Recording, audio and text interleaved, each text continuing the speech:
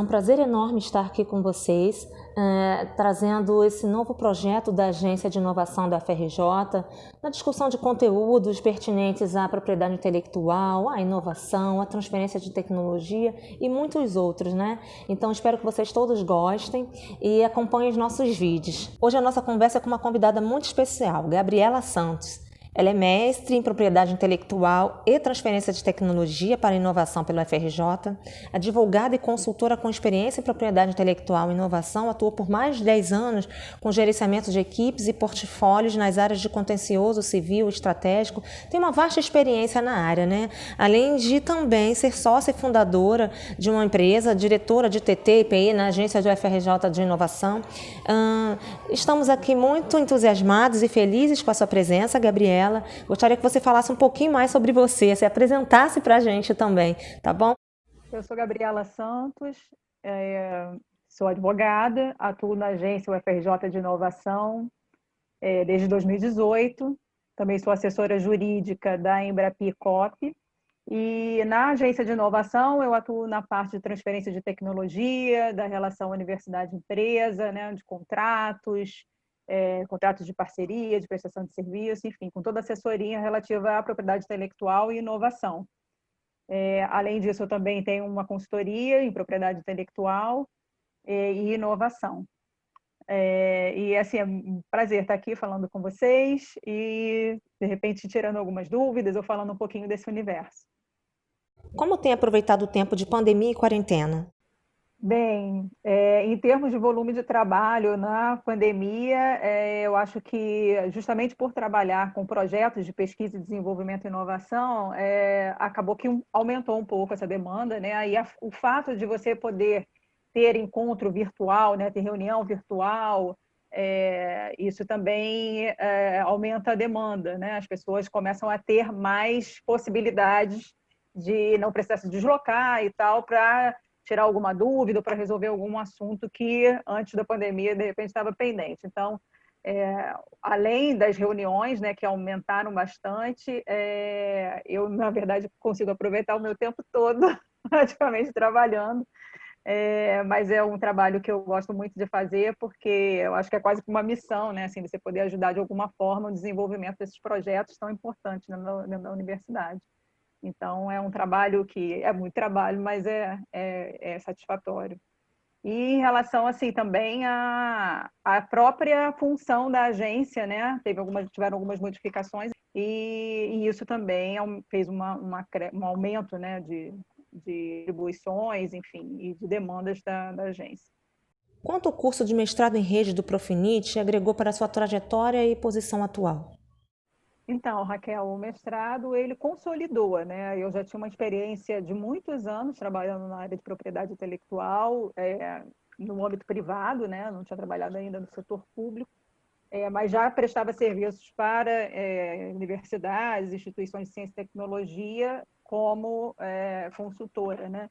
Então, eu já conhecia um pouco esse universo, mas é um universo que você tem os olhos externos, né? Quando você está internamente, é tudo um pouco diferente, mas você consegue ter um entendimento de como funciona aquilo.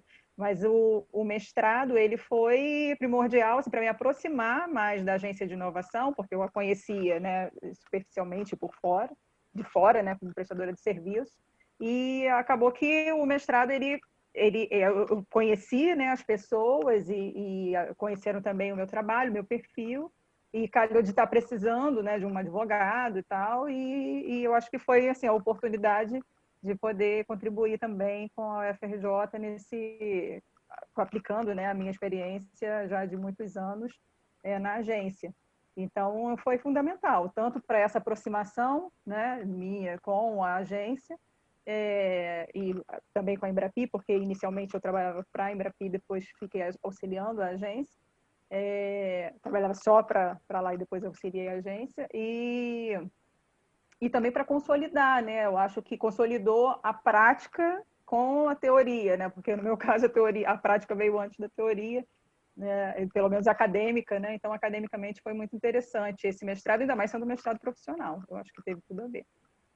Como funcionam os ativos de PI e TT sob sua responsabilidade na Agência de Inovação do UFRJ?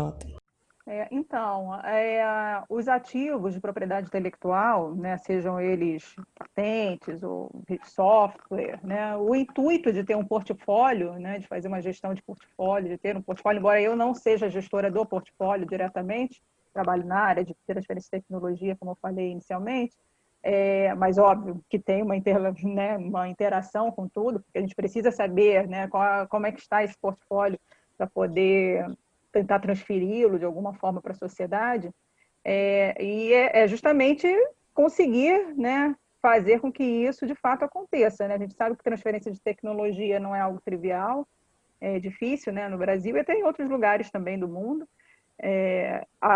A universidade, muitas vezes, ela não fala a mesma língua, né, do setor privado, ela não tem, às vezes, o mesmo timing, né?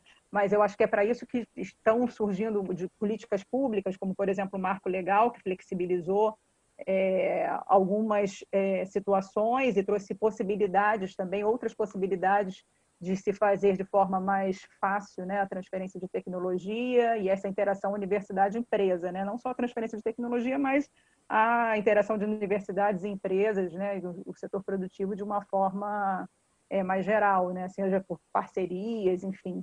Algo que a UFRJ já até vinha fazendo mesmo antes de qualquer tipo de legislação e de política pública, né? Já faz esse tipo de interação por conta das atividades da COP há muitos anos, né? Mas eu acho que traz segurança jurídica, né? E traz uma uniformidade maior até para as outras unidades e centros, que isso seja, de uma certa forma, abrangido, né? Por uma lei que traz a segurança que os gestores precisam. Então, assim, em relação à transferência de tecnologia, não é algo que a agência vinha atuando, né, de forma mais forte, mas é a missão, né, e acho que até uma proposta, né, dessa reitoria que é muito engajada nessa parte de inovação, que realmente isso aconteça, né, que a transferência de tecnologia seja uma realidade, que a gente possa colocar o que é desenvolvido na universidade para fora da universidade, e para trazer um desenvolvimento econômico para a sociedade, para o país, enfim, tem muitas coisas interessantes que podem ser muito bem aproveitadas. Mas é um setor que está em desenvolvimento, vamos dizer assim, e assim eu acredito que tem muito potencial. Por que fazer contratos envolvendo propriedade intelectual e tecnologia? Fale um pouco sobre os principais modelos, natureza e gênero. Então, como eu estava dizendo, o marco legal, em 2016, ele fez algumas alterações na Lei de Inovação de 2004, né? E essa lei, ela justamente rege, né, essas relações entre as instituições de ciência e tecnologia e o meio externo, né? E, sejam empresas, sejam outras instituições. E ela objetivou, vamos dizer assim, quais são os instrumentos jurídicos que podem ser utilizados. Então, eu acho que fica mais fácil, né, para o gestor, tanto para quem trabalha no nicho, quanto para as pessoas que são os usuários, vamos dizer assim, dessa legislação, aplicar. Né? Então, agora a gente tem basicamente o acordo de parceria, que é quando estamos conjugando esforços no mesmo objetivo. Temos a prestação de serviços técnicos especializados, que aí entende-se que tenha uma prestação contra prestação, né? E são partes contratantes, né? Tem interesses aí nem sempre no mesmo segmento, sentido, mas que tem que ter serviços que estejam em consonância com o previsto na Lei de Inovação. Então, não é qualquer serviço técnico especializado. E temos o convênio, né, que é justamente quando há transferência de recurso público para algum projeto de pesquisa e desenvolvimento. Então, basicamente, temos esses instrumentos. Temos também o termo de outorga, né, e aí o termo de outorga é o meio utilizado para pagamento de bolsas, né, e de subvenção econômica, de bônus tecnológico. Temos alguns outros instrumentos algumas outras possibilidades que não são instrumentos jurídicos, né? Que são, por exemplo, a participação acionária, né, minoritária em empresas. Então, assim, eu acho que trouxe possibilidades para que haja esse ciclo virtuoso, né, de ganha-ganha, de estabelecimento de direitos e obrigações entre a iniciativa privada e a universidade, mas de uma forma mais clara, né? O decreto em 2018 ele trouxe algumas diretrizes de como isso deve ser implementado, mas alguns pontos ainda dependem de política institucional, né? Então é muito importante que a política de inovação das instituições que elas prevejam como vai ser aplicado na instituição alguns pontos trazidos pela Lei de Inovação. Tá? Mas, assim, é super importante que haja esse tipo de legislação, né, justamente para trazer segurança jurídica e também para uniformizar, né? Recentemente, a gente teve, né, uma Câmara, foi formada na AGU uma Câmara de Ciência, Tecnologia e Inovação, que eu acho que é muito interessante para uniformizar os entendimentos das procuradorias nas instituições federais, né? Para que um lugar possa, o outro não, e, enfim, saber mais ou menos como é que vai funcionar esse assunto dentro das instituições.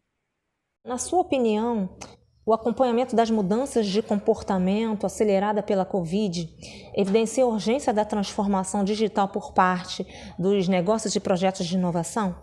Então, Raquel, eu acho assim que o que não vem no amor vem na dor, né? Então, infelizmente, veio na dor, né? E, como eu falei lá no início da nossa conversa, essa forma, né, de relacionamento, né, e essa celeridade, porque a gente consegue fazer reunião virtual, manda um WhatsApp, liga, e aí você consegue resolver, às vezes, coisas que presencialmente demorariam, porque você teria que ter uma agenda para marcar, para ir no lugar. Então, eu acho que nesse aspecto, né, e foi interessante essa questão, vamos dizer assim, de digitalizar a vida, né, de digitalizar, de ser tudo muito virtual.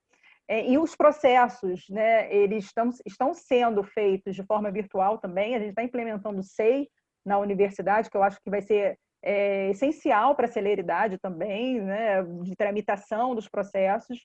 É um sistema eletrônico de informações, além de dar transparência, também dá celeridade, porque você não precisa ficar com o processo lá debaixo do braço, indo de um lado para o outro, ou dependendo de protocolos, você sabe onde está. Enfim, eu acho que essa digitalização vai ser interessante, e também os meios de ensino, né? A gente teve que aprender a fazer, né, e a usar o EAD, né, agora que a gente está falando de universidade. Eu acho que para os professores, eu não estou falando aqui como professora, mas eu acho que para os professores deve ter sido um desafio, né, mas ao mesmo tempo eu acho que um grande aprendizado, né, de outras formas de ensino, de outras formas de transferência de conhecimento, né? Então, eu acho que é uma mudança necessária, né? Que, inclusive, agora falando de tecnologia, por exemplo, a gente teve que fazer agora consultas através de plataformas, né? Consultas médicas, e isso tudo eram coisas muito demoradas, né? Que ainda dependiam de um regulatório e tal, mas que tiveram que acontecer por necessidade, né? Então, eu acho que algumas questões, sim, foram muito impulsionadas por essa questão do Covid. Em relação às atividades da agência, como eu também falei anteriormente, a gente teve algumas mudanças, né, que também foram implementadas por conta dos pareceres vinculantes da AGU. Então, a gente teve um aumento de demanda por uma questão institucional mesmo. Então, todos os processos de prestação de serviço, eles precisam de um parecer da agência. A gente tem que fazer análise, né, desses processos. Então, isso gerou, obviamente, um aumento de demanda. Eu acho que alguns projetos foram desengavetados, e fora os projetos da própria Covid, né? A gente tem muitos projetos de Covid em andamento, e isso gerou um aumento, né, das demandas da agência, né, como NIT da instituição, e eu acho que cada vez mais vai ficar mais claro, né, para a comunidade acadêmica quais são as atribuições do NIT, né, por que ele existe, por que a lei implementou lá em 2004, né, e eu acho que está na hora da gente fazer com que o NIT tenha visibilidade, com que as atribuições sejam de fato implementadas, sejam de fato utilizadas, né, pelo usuário, que é toda a comunidade, no caso da UFRJ, a comunidade acadêmica. Então, as instituições de ciência e tecnologia têm que fazer uso, né, desse instrumento que foi trazido desde 2004, que tem direito, né? E eu acho que é um grande aliado, né, da promoção mesmo de medidas para transferir o conhecimento, para fazer com que os ativos da universidade tenham esse valor e sejam valorizados e sejam vistos e utilizados, né, pelo país, enfim. Saber realmente que a universidade, que agora ficou mais claro do que nunca, que é necessário que haja a presença, né, a participação da universidade, como, por exemplo, a gente pode ver na vacina, a universidade com a iniciativa privada que estão viabilizando aí o desenvolvimento da vacina. Então, assim, é algo que talvez tenha ficado mais claro por conta desse efeito midiático, né? Mas que sempre vem acontecendo dentro das universidades, né? A gente desenvolve muitas coisas. Então, é importante que esses desenvolvimentos, além de terem a visibilidade, também os outros que não têm também sejam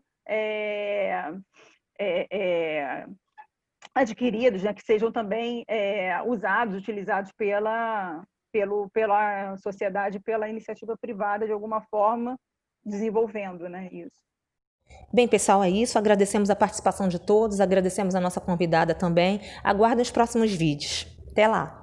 Eu agradeço, né, o convite do Talks, agência. É sempre bom falar um pouco da gente, um pouco do trabalho, um pouco da agência, né? E queria convidar as pessoas que não conhecem a agência UFRJ de Inovação, que é o núcleo de inovação tecnológica da UFRJ, a conhecerem, né, e saberem um pouco mais do nosso trabalho, né? E é sempre bom contar, a gente precisa muito contar com a participação, né, com o apoio de todos os pesquisadores, porque é um trabalho árduo e que precisa dessa parceria com vocês. Então, é bem interessante, quem não conhece, que visite a nossa página.